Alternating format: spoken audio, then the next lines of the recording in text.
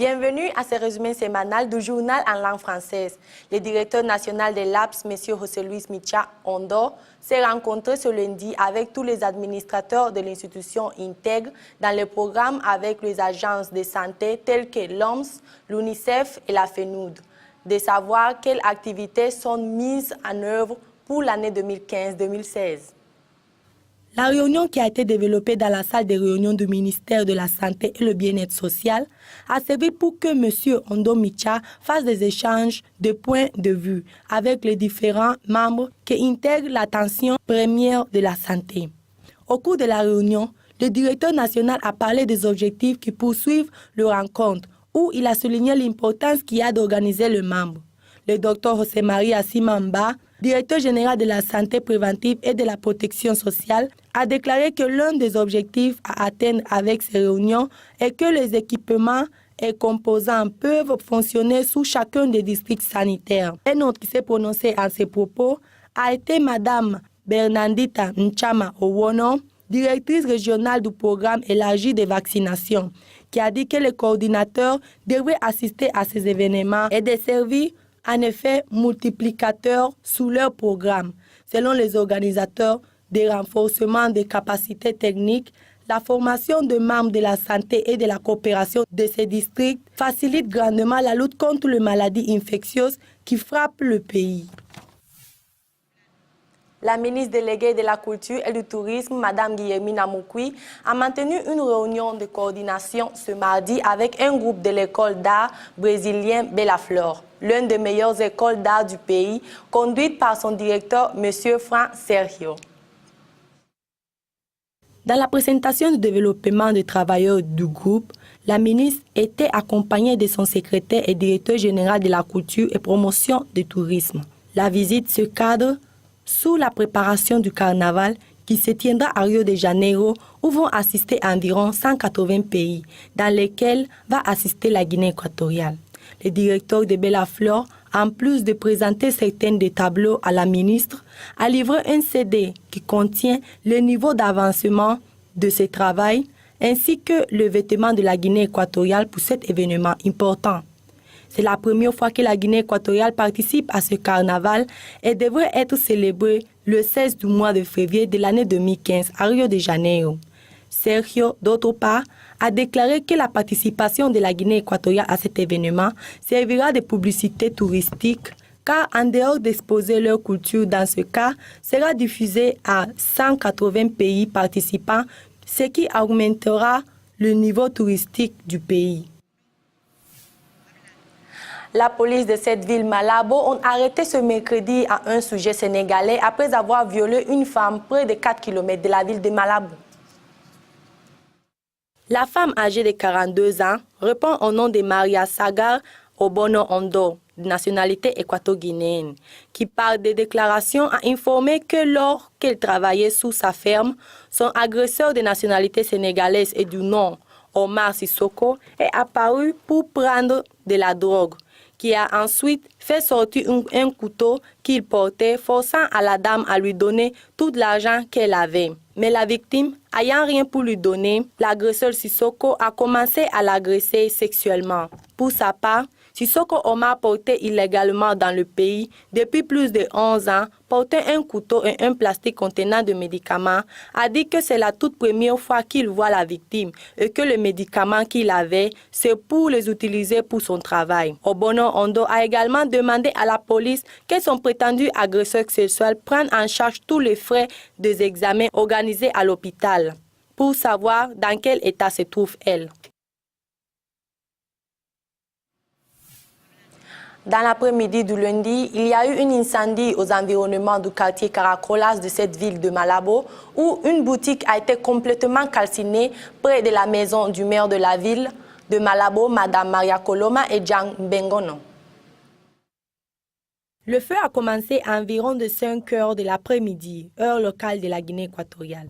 Le feu s'est débuté sous le toit de l'un des magasins de la cité, restant le premier étage entièrement calciné. Plus tard, il a été répandu sur l'étage inférieur, où il a réussi à obtenir quelques objets de valeur. Selon des témoins, le maire de la ville de Malabo, Madame Maria Koloma et Jang Bengono, était à la maison quand le feu a commencé. Puis, elle a été évacuée de la maison par quelques amis et quelques membres de sa famille. En mentionnant que lors de l'événement, ce n'est pas enregistré de pertes humaines, mais de grandes pertes matérielles. Et grâce à l'intervention immédiate des pompiers, le feu n'a pas été réparti dans tout le quartier. Les chanteurs ivoiriens DJ Arafat se rencontrent dans la capitale de Malabo par l'invitation de Night Club Executiva et a offert une interview à nos journalistes pour parler de l'événement. L'artiste ivoirien DJ Arafat, nommé Yorogang, comme il est connu artistiquement par ses fans, a maintenu une interview pour la télévision à Songa avant de commencer le spectacle à venir dans les villes de Malabo et Bata, le vendredi 31 octobre, le 1er et le 2 novembre. Le Yorogang a parlé de sa relation avec certains chanteurs équato-guinéens et ceux-ci ont été ses mots. Je ne connais pas tous les musiciens de la Guinée équatoriale, je sais que je suis un bon ami à Kano avec qui j'ai fait un très beau son. Donc on a de bonnes relations, moi et les artistes. Au cours de l'interview, l'artiste était accompagné de ses deux danseurs qui l'accompagnent lors de ses performances. Arafat a eu l'occasion de parler de leur concert et chanter un a cappella pour ses différents fans.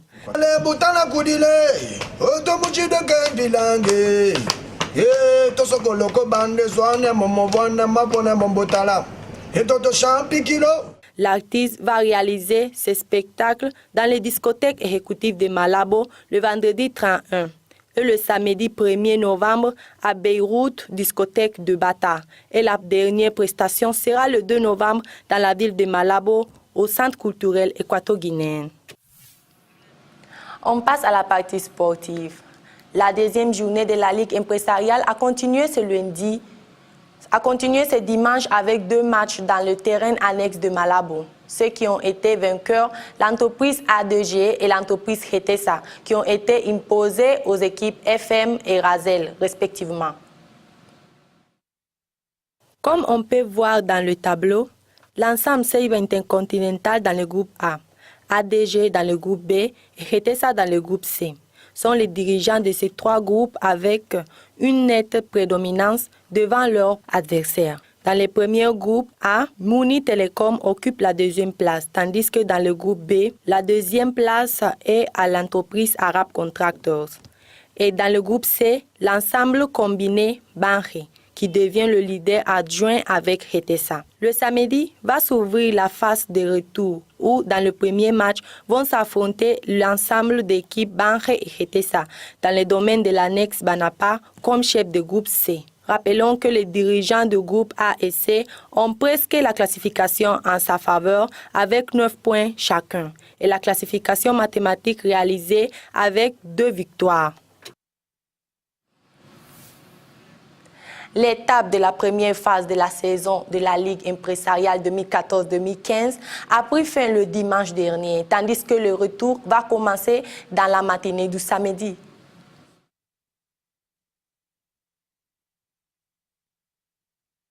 Le premier match de la journée, c'était la confrontation face à l'entreprise FM Service et l'entreprise ADG, qui ont organisé une rencontre assez intense et multiples fois pour les équipes de marquer.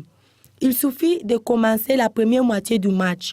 L'entreprise FM a pris le contrôle du jeu, si bien que passé à la 20e minute avec un goal, résultat d'une combinaison en équipe. L'entreprise ADG réagit et fait une égalisation minutes plus tard, après un grand jeu en équipe qui a abouti parfaitement par Larry.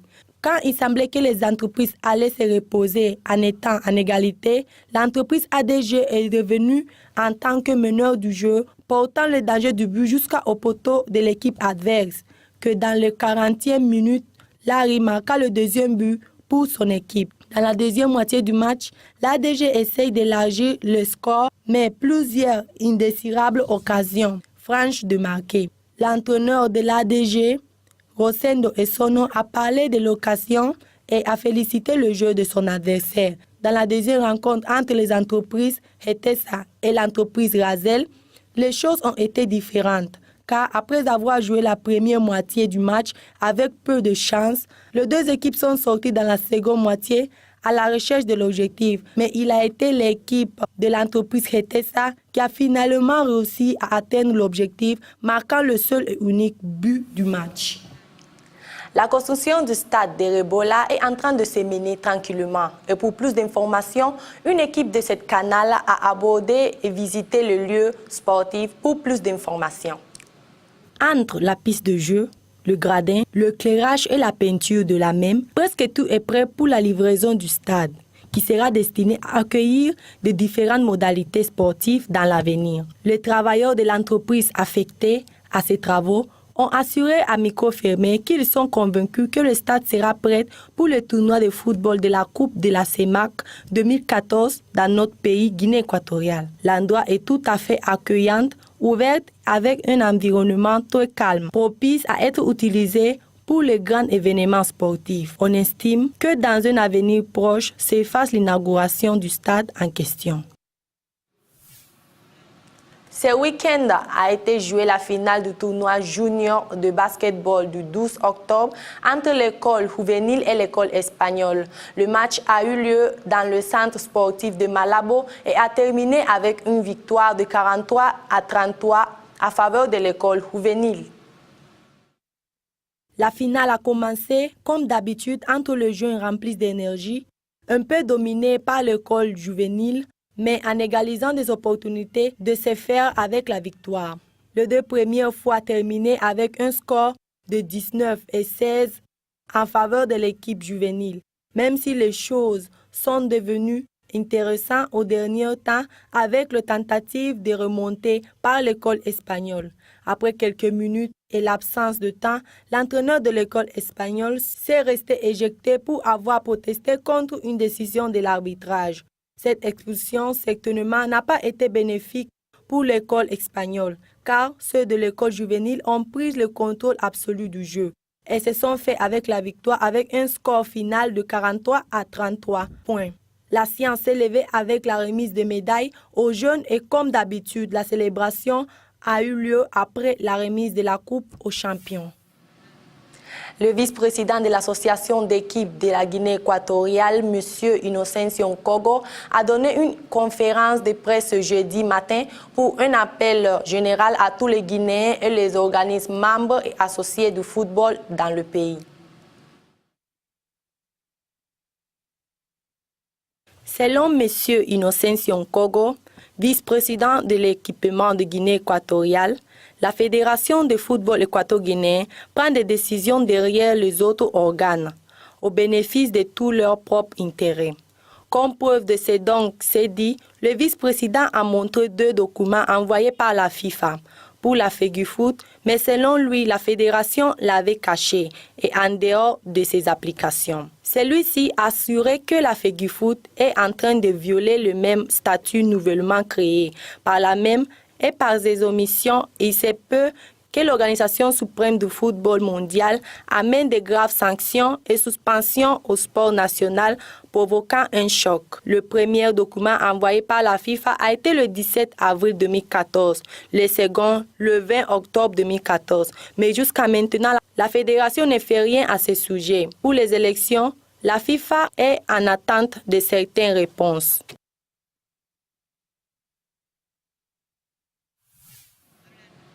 Ici s'arrête notre résumé sémanal. Vous pouvez suivre nos services des informations sur le web www.asonga.com.